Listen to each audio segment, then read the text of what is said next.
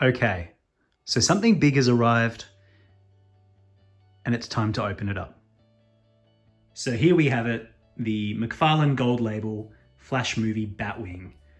Now, in the United States, this was a McFarlane Toy Store exclusive. Here in Australia, this has been available at specialty retailers in very limited quantities. So I got my hands on this on the secondary market. It's an extremely expensive item, retails for 500 Australian dollars, 250 US dollars.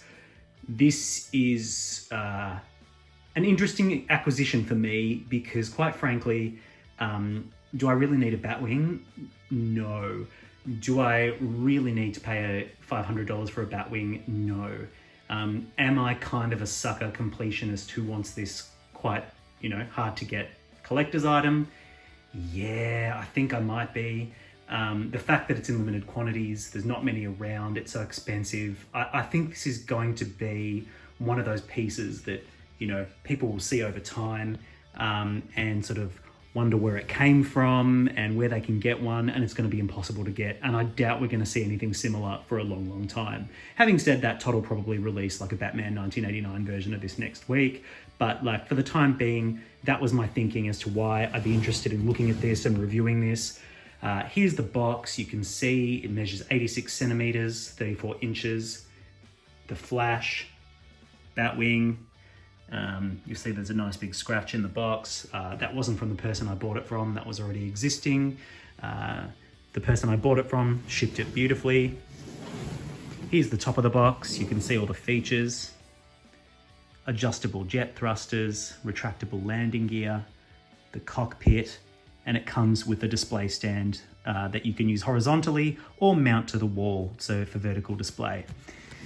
Nothing on the back, very little on the sides. So there you have it. Without further ado, let's open it up and see what we are dealing with. Okay, so inside the box, this is what we have. The fuselage is in its own plastic wrapped section. It's huge, massive.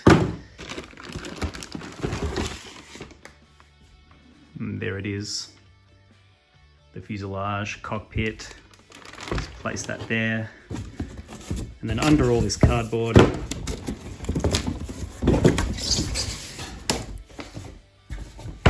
we have the rest of the components. Some fins, 2 of those. Some absolutely enormous wings, hopefully ×2.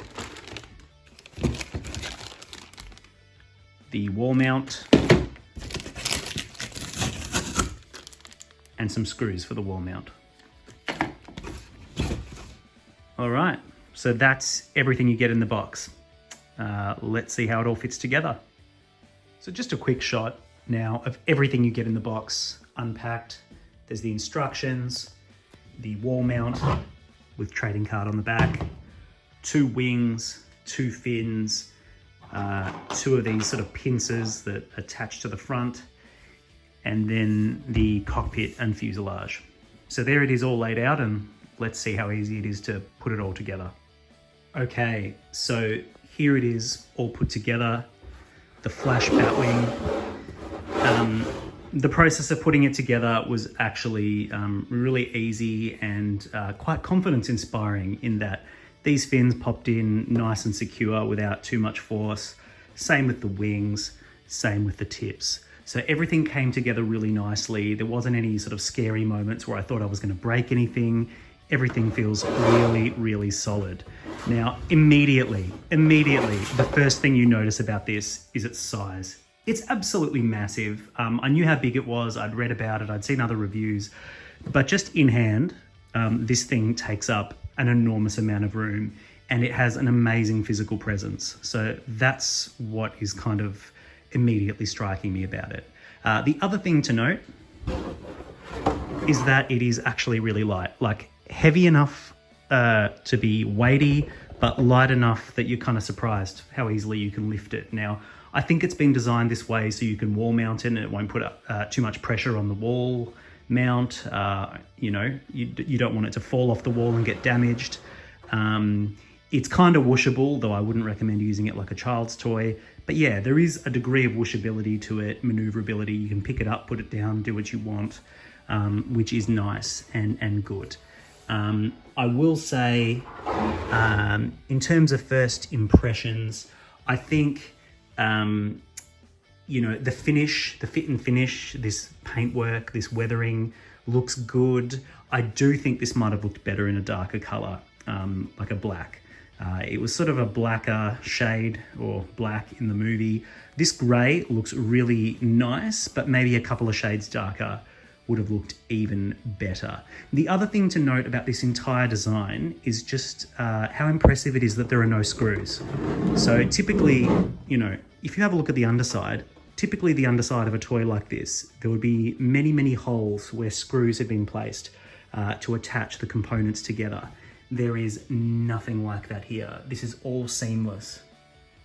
It's actually highly impressive. Like, this is all completely seamless, no screw holes, you know, and that's just really impressive. Now, just holding that by the tip, I have pulled one of these out. So something to note, these feel pretty secure when they're in there, but if you manipulate the Batwing, they will pop out. So something to note. They sit fairly snug, but maybe not as secure as you'd like. So probably not best to handle it from there. The cockpit is really, really nice. You can see it's not scratched, it's clear, it's clean, pops open, and it's got a reasonably detailed interior. Some wash, some paint, all the buttons and dials look pretty good. And you see, just like the movie, it's got the underside canopy, which is really nice. It is obviously a one-seater and not like a three-seater like in the movie, but really, really nice canopy. These vents are nice. Now, I thought these guns would do something, but they are decorative. They don't move, they don't pop out. So that is something to note. Let's flip it over. And having a look at the underside, you can see that the great detail continues. The weathering continues. Again, decorative guns. Nicely sculpted thrusters with sort of nice paintwork, panel lines throughout. Obviously that underside cockpit view. Here are the adjustable thrusters. You see, they pop out. They're not that exciting. And here we have the landing gear. Okay, they are quite hard to pop out, but you can do it, and you'll see in there landing gears. There they are, and one at the front. You can see the panels open. You gotta get your finger in there. It's quite tricky, but it pops out. And there you have it, with its landing gears engaged. So in terms of interactive features, that's about it. Your landing gears, they all snap in really, really nicely. And are hidden really well. We'll flip it back, and you can see as I handled it by that prong there, it wanted to pop out. So you've really got to not grab it by those. Good to know. And yeah, coming down here, just to give you a sort of look at how it sits flush with the landing gears disengaged. Looks quite nice. I think the ultimate display for this would be wall mounted, upright, vertical. I don't have the wherewithal to mount it here on film, but I can show you what it looks like vertically in just a moment. First, we might see how a figure fits in. So here we have the Batwing with the Michael Keaton Flash Batman. You can see how they are sized, proportionate to one another. Perhaps the Batwing is a little bit undersized, but not by much, and they look really great together. Now, let's see how we go positioning him in the Batwing. I certainly know that there was some challenge getting Batman in the Batmobile, and I'm not sure if that will hold true here, but we will see.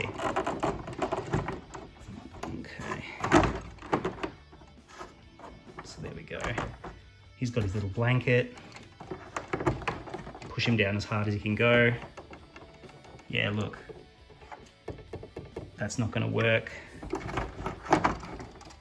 might just have to fiddle with this a bit more. With some finagling of the legs and lifting his arms. And I think if I tilt his head back a little bit like that, we seal him in quite nicely. And there is Michael Keaton, Batman, in the Batwing. It's a snug fit, but it's, you know, a good fit. Okay, and here is the Batwing perched up vertically. You can see there's nothing holding it there except its own weight and gravity. It looks great in this orientation. This is the way to display it. If you can mount it on the wall, it's a really, you know, impressive display piece. And I think that's going to be the way most people will have the room, if they have any room, to display something like this. Yeah, it has a real presence, which you sort of can't deny. And just for one more comparison, here is the McFarlane Flash Batmobile compared to the Flash Batwing. Now, this is my customized Batmobile. So obviously it doesn't have the same paintwork as the original. I've gussied that up. You can see my videos on that. But in terms of size, you can see that the Batwing absolutely dwarfs the Batmobile, and they look great together.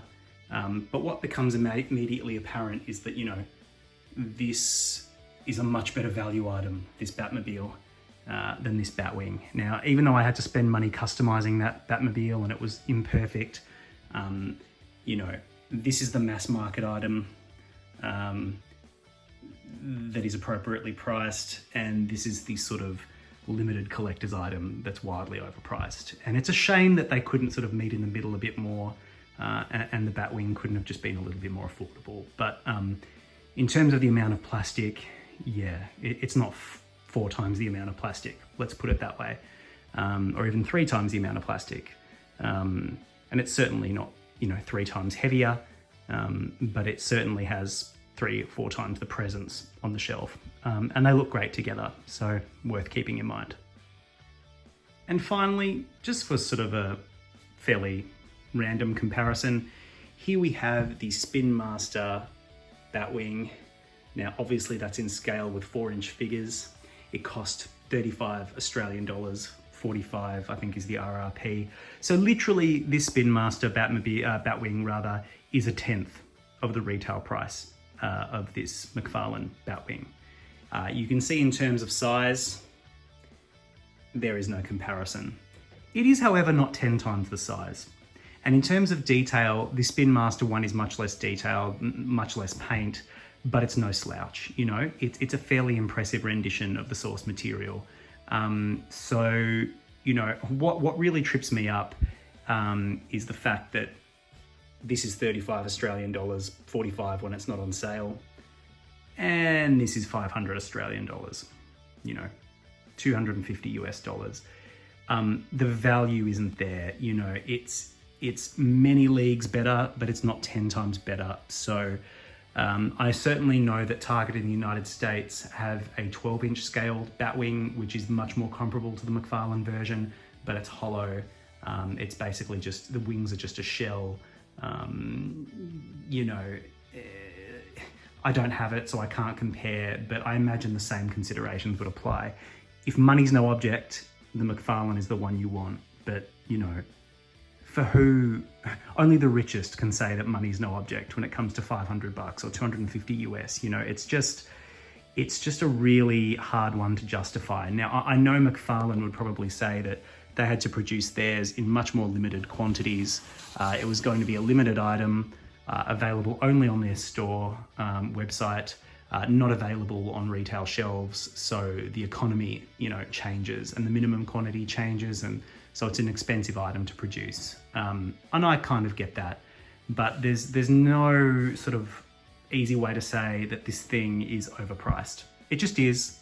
It's overpriced compared to what you can spend $500 on. Do I regret it? Maybe a little, but it's still a really great piece, and I think its value will only go up. I think this is one of those items that is going to become sought after in years to come when it's rare. And, you know, it's a great design for the Batwing. It looks really nice. And yeah, I guess, you know, your mileage may vary. For many, this is just way too expensive to even consider. You know, for the crazy collectors like me, It still might be too crazy to even consider, but if it's going to bring me joy and I'm going to look at it and touch it and mount it on the wall, I can just about justify it in my own mind. So yeah, that is the McFarlane Flash Batwing gold label. Yeah. Should I have bought this thing? Yeah, probably not.